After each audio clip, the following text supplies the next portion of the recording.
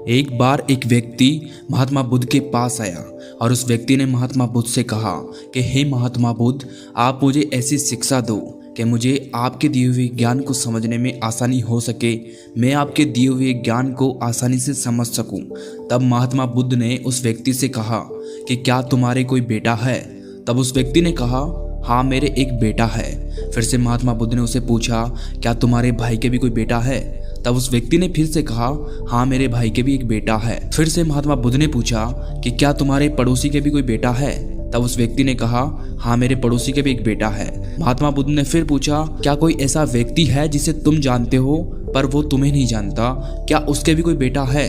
तब उस व्यक्ति ने कहा, हाँ उसके भी एक बेटा है। फिर महात्मा बुद्ध ने पूछा, अच्छा चलो बताओ, अगर तुम्हारे बेटे की मृत्यु हो जाए तो तुम्हें कितना दुख होगा? व्यक्ति ने कहा, महात्मा जी आपको तो मैं बता ही नहीं सकता कि मुझे कितना दुख होगा। मैं क्या करूँगा उसके बिना? मेरी तो सारी दुनिया ही खत्म हो जाएगी। उसके बिना तो मैं खुद मर जाऊंगा।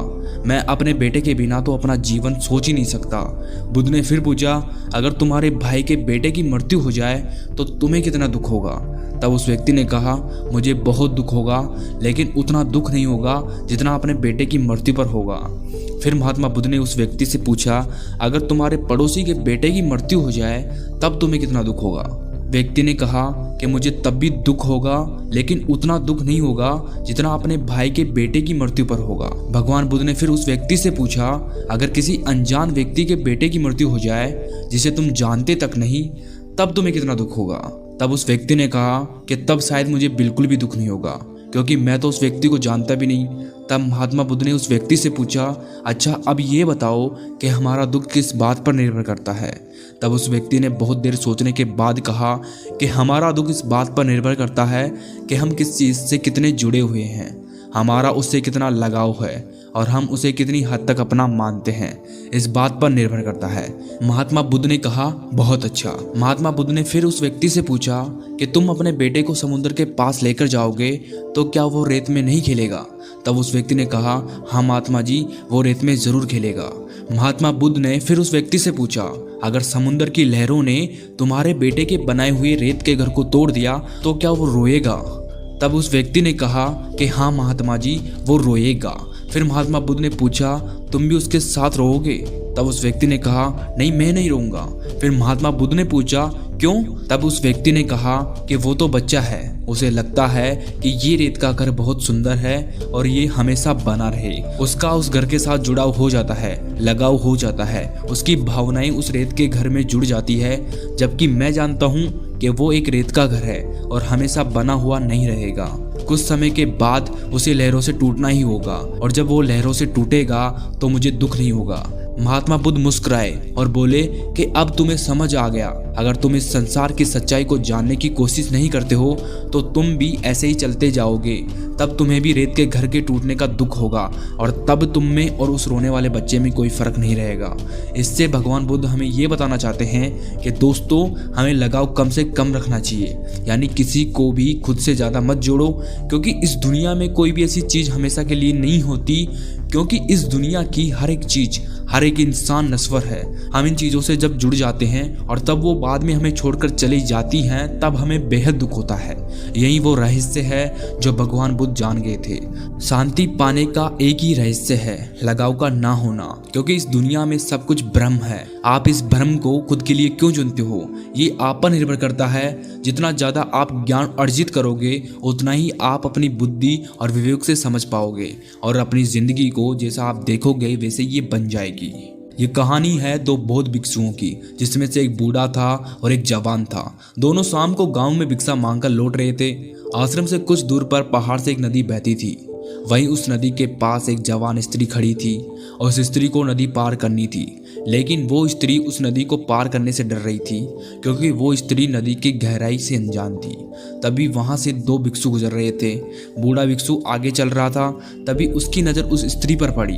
वो स्त्री को देखकर समझ गया कि स्त्री को मदद चाहिए। फिर उसने सोचा कि वो स्त्री को नदी पार करा दे। जैसे ही उस बूढ़े भिक्षु ने स्त्री के हाथ को छुआ तो उसके अंदर वर्षा की बसी वासना जाग गई। स्त्री को छूते ही उसका कण कण कांपने लगा। उस भिक्षु ने 30 साल से किसी स्त्री को छुआ तक नहीं था। उस स्त्री को छूने के नाम से ही उसके मन में कई तरह के ख्याल आ गए और वासना आ गई थी। तब उस बूढ़े भिक्षु ने सोचा कि छी छी छी, ये कैसी गंदी सोच ले ली मैंने जो इतने साल से साधना की वो भंग हो जाएगी। मुझे क्या मतलब कोई नदी पार करे या ना करे, मैं अपनी 30 वर्षों की साधना इस लड़की पर क्यों लगाऊं? बिल्कुल नहीं। ये सब सोचकर उसने अपनी आंखें बंद कर ली, लेकिन वो जवान स्त्री तो उसे आंखें बंद करने के बाद भी दिखाई दे रही थी। वो उसकी तरफ आकर्षित हो चुका था और फिर वो आंख बंद करके उस नदी से उतर गया, क्योंकि बूढ़े भिक्षु की सोई हुई वासना जाग गई थी। आपको पता है, जिस चीज से आंख बंद कर ली जाती है तो वो हमें और दिखने लगती है। उसी तरह उस बौद्ध भिक्षु के साथ भी हुआ। उसे वो स्त्री अप्सरा की भांति दिखने लगी, क्योंकि उसने आंखें बंद कर ली थी। उसे उस स्त्री का ही सपना आ रहा था। वो स्त्री उसको अपनी ओर आकर्षित कर रखी थी। उसका एक मन तो कहता कि उसे जरूरतमंद की सहायता करनी चाहिए, वही उसका दूसरा मन कहता कि ये बस मन का भ्रम है, तुम खुद को धोखा दे रहे हो, तुम उसे छूना चाहते हो, जो कि गलत है। हम साधु का जीवन अलग होता है। साधुओं के लिए तो स्त्रियां केवल एक समस्या है। नदी के घाट पर उस साधु का मन अशांत रहता है और उसका मन दो भागों में बट जाता है। एक तरफ उसका मन उसे एक लड़की की तरफ आकर्षित करता है और दूसरा मन उसे दूर ले जाने की सलाह देता है। उस लड़की को, जो कि वहां खड़ी थी, उसे कुछ भी पता नहीं होता है कि उस साधु के मन में क्या चल रहा है और क्या नहीं। वो तो मदद के लिए किसी का इंतजार कर रही है ताकि कोई उसे नदी पार करा दे। बूढ़ा भिक्षु आगे निकल जाता है। तभी उसे ख्याल आता है कि उसका साथी पीछे छूट गया, कहीं वो उस स्त्री को नदी पार कराने की भूल ना कर दे। वो तुरंत ही वापस जाता है, ये सोच के कि मैं उसे पहले ही सचेत कर दूं। लेकिन जब वो वहां पहुंचता है तब तक बहुत देर हो चुकी थी। वो देखता है कि वो जवान भिक्षु उस स्त्री को कंधे पर बिठाकर नदी पार करा रहा था। ये सब देखकर बूढ़ा भिक्षु पूरी तरह जल जाता है। उसके मन में अलग अलग भावनाएं आने लगती है। वो सोचता है कि इससे अच्छा तो मैं ही इसे नदी पार करा देता, लेकिन वहीं उसे दूसरी ओर ख्याल आता है कि ये कैसा पागलपन वाली बात है। मैं उस औरत को अपने कंधे पर क्यों लूं? अपनी 30 साल की साधना को नष्ट क्यों करूं? मैं ऐसा नहीं करूंगा। औरत का शरीर तो गंदगी का ढेर है, मैं उसे अपने कंधे पर क्यों लूं? लेकिन वहीं दूसरी तरफ वो जवान भिक्षु को स्त्री को कंधे पर उठाए देख आग बबूला हो रहा था। वो मन ही मन सोच रहा था कि आज आश्रम जाते ही मैं गुरुजी से कहूंगा कि इसने एक स्त्री को अपने कंधों पर उठाया था। ये युवा सन्यासी पूरी तरह भ्रष्ट हो गया है, इसे आश्रम से बाहर निकालो। तभी वह युवा भिक्षु उस स्त्री को नदी के दूसरे छोर पर उतार देता है और दोनों भिक्षु वापस जाने लगते हैं। वो दोनों पूरे रास्ते बात नहीं करते। जब दोनों भिक्षु आश्रम के पास पहुंच जाते हैं तब बूढ़ा भिक्षु कहता है कि याद रखना, मैं गुरुजी से कहूंगा कि तुम अपवित्र हो चुके हो। तुमने उस जवान स्त्री को कंधे पर उठाया था। तुमने उस जवान स्त्री को कंधे पर क्यों उठाया? ये सुनकर युवा भिक्षु चौंक जाता है और कहता है कि स्त्री, उसे तो मैंने नदी के किनारे उठाया था और वहीं छोड़ भी दिया, लेकिन मुझे ऐसा लगता है कि आप अभी भी उसे ढो रहे हो, जबकि आपने तो उसे उठाया भी नहीं था। फिर आप उसके बारे में क्यों सोच रहे हो? आपके दिमाग में वही है। मैं बहुत देर से देख रहा हूँ कि आप किसी ध्यान में खोए हुए थे, लेकिन आप तो उस औरत को नदी पार करा रहे थे अपने मन ही मन में। अतः दोस्तों, इसी तरह हम हमारे जीवन में हम उन्हीं पुरानी बातों और चीज़ों को लेकर ढोते रहते हैं जो गलतियां हम करते हैं, जिनको लेकर हमारे अंदर लड़ाई चल रही होती है और हमें मालूम भी नहीं होता कि हम पुरानी मानसिक सोच को लेकर चल रहे हैं। हम ये देख नहीं पाते कि हमारे साथ क्या चल रहा है।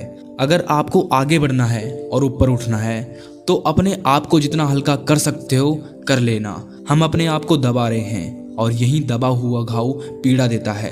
उस घाव के कारण हमें वो चीज़ें दिखाई देने लगती है जिनकी लड़ाई हमारे भीतर चल रही होती है। सारा संसार दर्पण बन जाता है। ये दमन की लंबी धारा में ये दबाव हमारे व्यक्तित्व को तहस नहस कर देता है। इसने जीवन के सारे सुतों को जहर की तरह भर दिया है। इसलिए हम आपसे कहना चाहते हैं कि आप खुद को इन दबावों से बचाओ, क्योंकि दमन से भरा हुआ इंसान खुद को कभी जान ही नहीं पाता है और वहीं रुक जाता है, थक जाता है और बैठ जाता है और आपको आगे नहीं बढ़ने देता, आपको वहीं रोकता है। इसलिए खुद की भावनाओं को और विचारों को दबाने से बचना चाहिए, क्योंकि इनको दबाने पर एक समय ऐसा आता है जब ये भावनाएं बवंडर बन जाती है जो आपके अंदर अशांति और हीन भावना को उत्पन्न करती है। इसीलिए आप वर्तमान में कुछ रहना चाहते हो तो अपने आज में कुछ रहो। पुरानी बातों को भूल जाए। दूसरों के सामने अच्छा बनने के लिए खुद को दबाओ मत। आप जैसे हो वैसे ही बनकर रहो, क्योंकि आप जैसे हो वैसे ही अच्छे